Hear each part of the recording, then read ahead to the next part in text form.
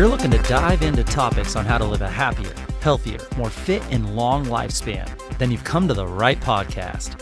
Living the Dream with me, Coach Damian Evans. Together, we will explore the topics on all things health, fitness, and wellness.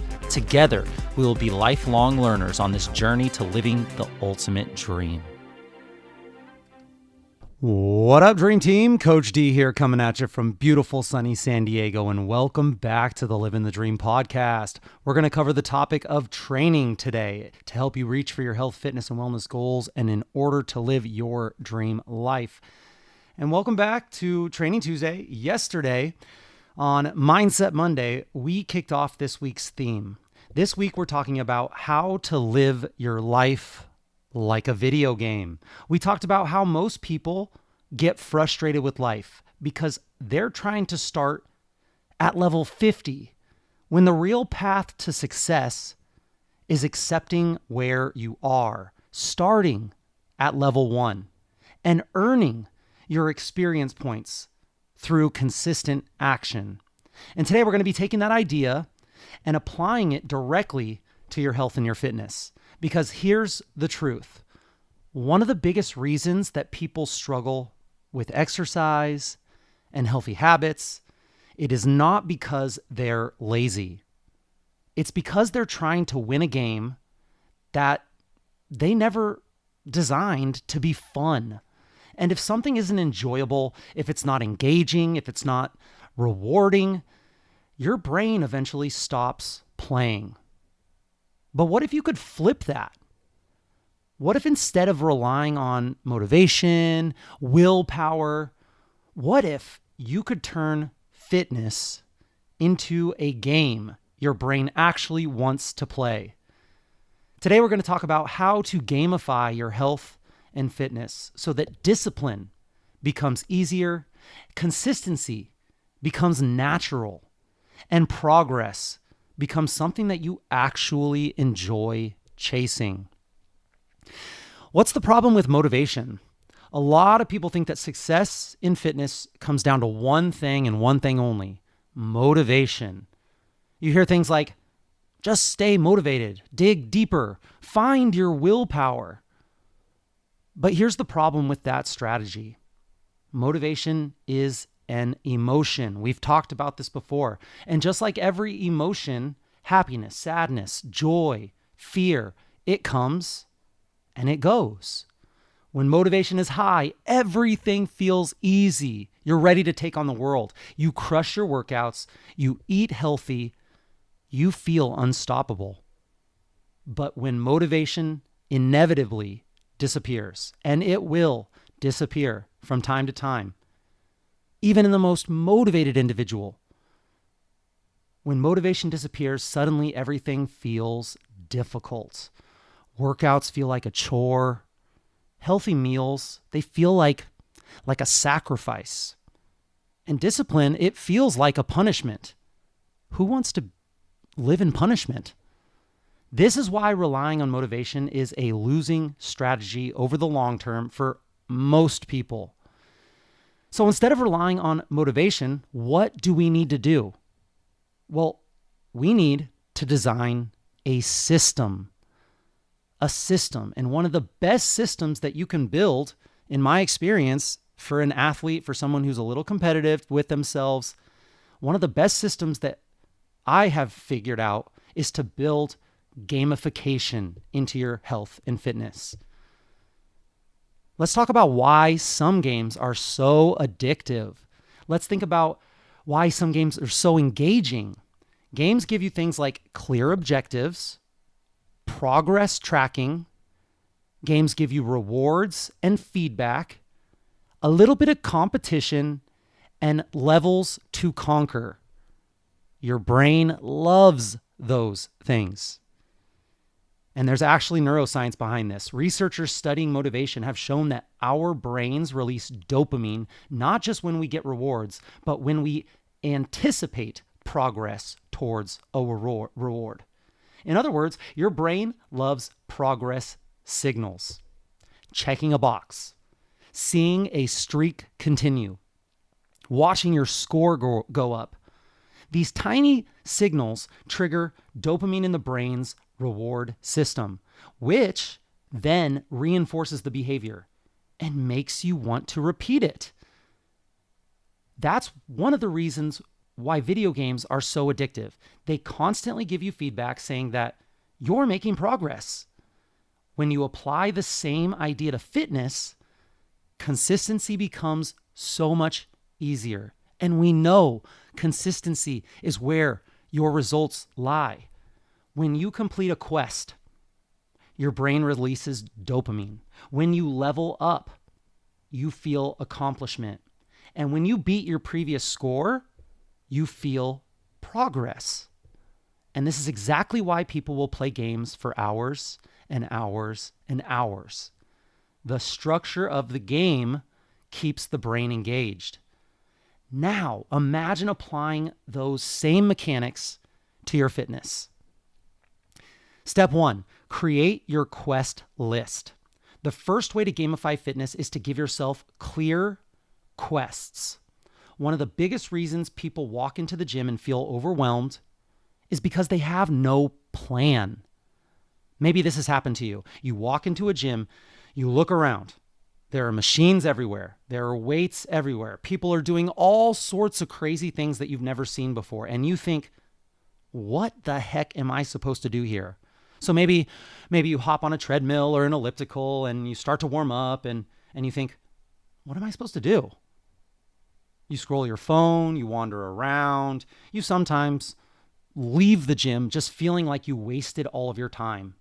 If that has ever happened to you, you are not alone. I myself, who has done this my entire life, who does this for a career, I have done that as well. It's not a good feeling. You're not alone. People who live and breathe fitness have felt this way before. But the solution, this is simple. Never walk into the gym without a plan. Before your workout, just create a simple list. Your list might include something. Go into your iPhone or your notes app and just write squats, 3 sets, push-ups, 3 sets, rows, lunges, planks, 3 sets each. What I like to do is I like to put a little checklist box right next to it. On my iPhone, I can do a checklist, and then you can like select the bubble, and it'll check off the bubble for you.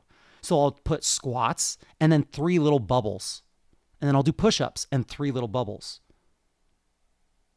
Your goal becomes simple. All you have to do is check off your list. Just like checking off quests in a game. Every completed exercise, every checked off box becomes a small win, a little dopamine hit to the reward center of your brain. Step 1, never go into the gym without a plan. Create your quest list. Step number 2, use timers to remove thinking. Here's another trick that works incredibly well. Use a timer. After each set of an exercise, start a timer for your rest period. Maybe that's a 1-minute timer, 90-second timer, 2-minute timer, whatever you're trying to train. The more you're trying to train muscle endurance, the shorter your timer is. The more you're trying to train true muscular and nervous system strength, the longer your rest periods will be. If you're in that muscle building hypertrophy range, it'll be somewhere in the middle.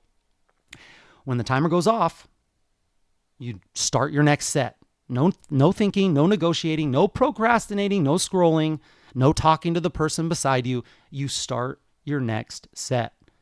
The timer becomes this cue, this Pavlov's dog type of ringing bell that cues you to act. This removes something called what neuroscientists call limbic friction. Limbic friction is the mental resistance that your brain creates when you're trying to do something difficult. Have you ever had a project that you need to start, but then you are like, oh, I got to do the dishes, I got to do the laundry, I got to make sure I get my steps in. No, you have this project to do. Limbic friction is trying to distract you. But when your workout is structured with a checklist and with timers, it becomes automatic. You simply move from one task to the next. You have your plan, you have your list, you move down the list, and you have a cue when to start the next item on your list. Just like progressing through levels in a game. Step 2, use timers to remove thinking. Step 3, track your experience points. Now here's where things get really powerful. If you want to turn fitness into a game, you need to track your experience points. A few years ago, I heard an episode from entrepreneur Rob Dyrdek about gamifying discipline. I had a whole episode on it like years ago. He started tracking just a few daily habits. Did he wake up early? Did he meditate? Did he work out? And did he eat clean that day? Each day was a simple yes or no. Over time, he started collecting data month after month, year after year. At first, it really didn't seem that meaningful. But after a few months, something happened. He could see patterns. He could see when he was consistent and how his life was going. He could see when he started slipping and what that was doing to his goals. And suddenly, oh man, it became a game against himself. He started to try to beat his previous monthly scores. If I got 15 out of 31 on July, I'm getting 16 or more. And that's when behavior really started changing for him. When I heard Rob talk about that, it got my wheels spinning. So what I did was I created a little spreadsheet in the Google Excel sheets. May of 2022, tracking just 5 habits. Did I do infrared light Juve therapy? Did I meditate? Did I train that day? Did I journal? Did I get uncomfortable in any way? And then I started habit stacking. Well, if I need to Juve and meditate and journal, why don't I just do that all in one 10 to 20 minute session? I just habit stacked. I put it all with red light therapy. While I was sitting under that red light, meditated, journaled, breath work. And then I started building consistency because it was the first thing that I did in my day. It was one domino after the next after I finished my morning water, went to the bathroom. I just hopped right under the red light. And then I started expanding that tracker from 5 things to 10 things to 20. After 2 years, I had 50 plus things on my spreadsheet that I was tracking every single day. I've also been tracking my sleep and my recovery for about at least 12 to 13 years now on my Oura Ring. I was the first iteration of the Oura Ring. I ordered that as soon as they came out with it, and I've had it ever since. I have all this data year after year, seeing how different things affect my recovery, my sleep, my fitness, my steps. And when you start seeing objective data about your sleep quality, your resting heart rate, your readiness scores, it becomes another game. You start asking questions like, wait, what habits are improving my score? I went to bed a little earlier and it jumped up 10 points. What habits are hurting my score? I had 2 IPAs for dinner with some friends last night. Oof, that dropped my score like 30 points. Suddenly, you're experimenting with your lifestyle like a scientist. Step 3, track your experience points. Step 4, what gets measured gets managed. There's an old saying, what gets measured gets managed. And if you measure something, you are now paying attention to that something.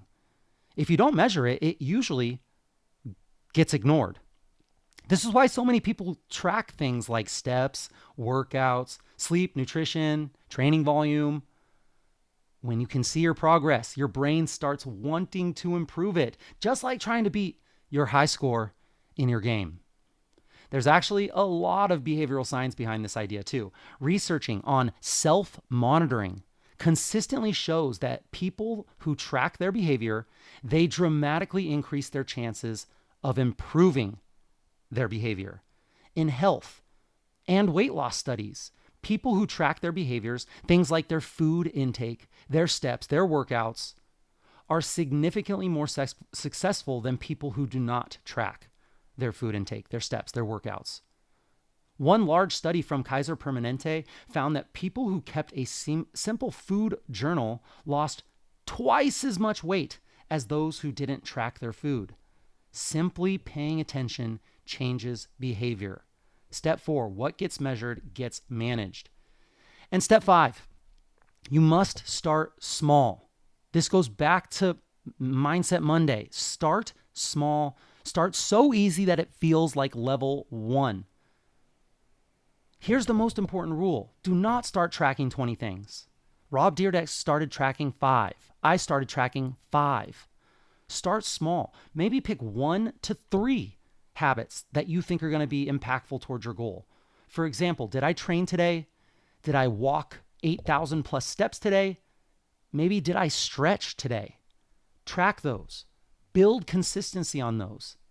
And then once they've become a habit, once it's so easy that it's automatic, then expand on those, just like leveling up in a game. Step 5, start small, start easy, start simple.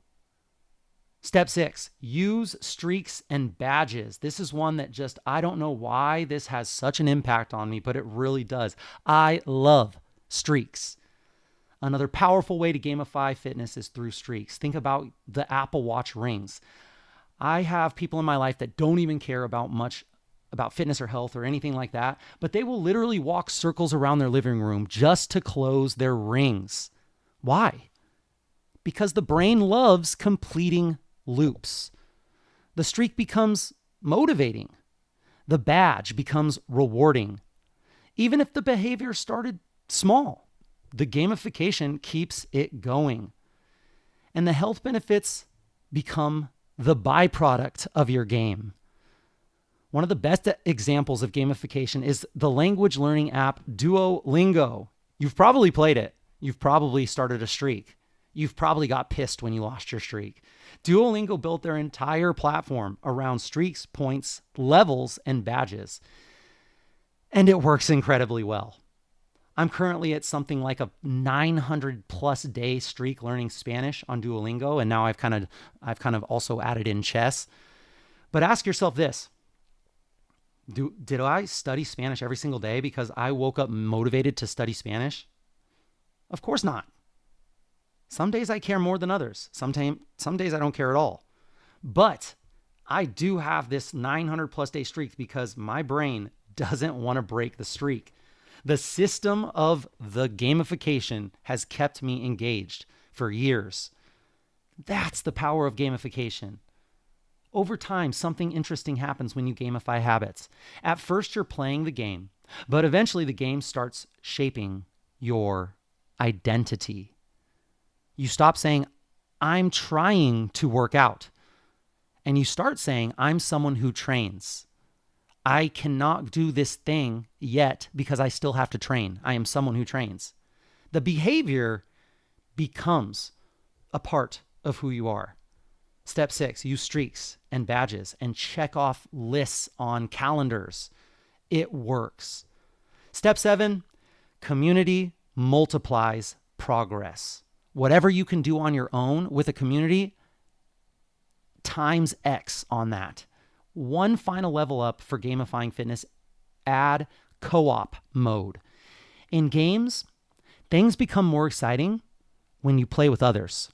And fitness works the exact same way. Friends, training partners, group fitness, communities, like the dream team. When other people are involved, accountability increases. When other people are involved, motivation increases and progress accelerates. Suddenly, the game becomes more fun. Step 7, community multiplies progress. So my final message here for you is if you've struggled with consistency in the past, don't assume the problem is your discipline. Don't assume the problem is lack of motivation. The problem might just be the system that you're using.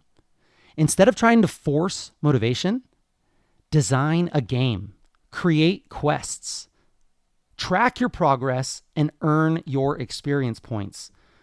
Build streaks, and when you fall off and it breaks, make another streak that you beat your previous one, and compete against your previous self. When you do that, fitness stops feeling like a punishment, and it starts feeling like progress. Like a game.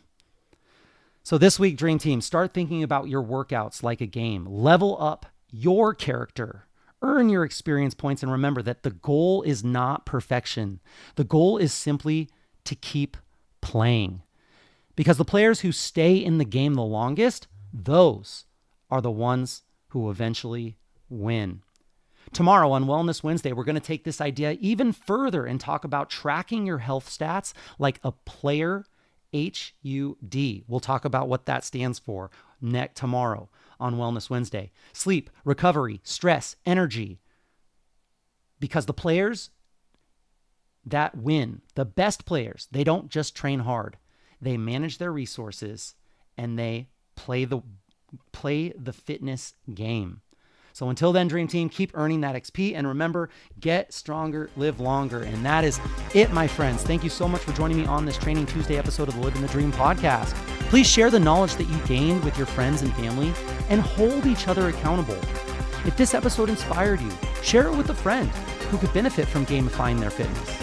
To support this podcast and help it grow, please hit subscribe on whatever platform you're listening to this podcast on and hit a 5-star review and maybe even leave a comment letting us know how you're incorporating what you learned here.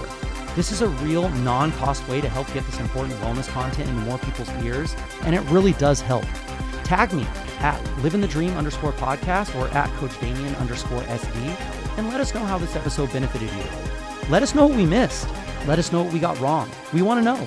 Message us if you have any suggestions or tips that would help your Living the Dream team that we can discuss in future episodes.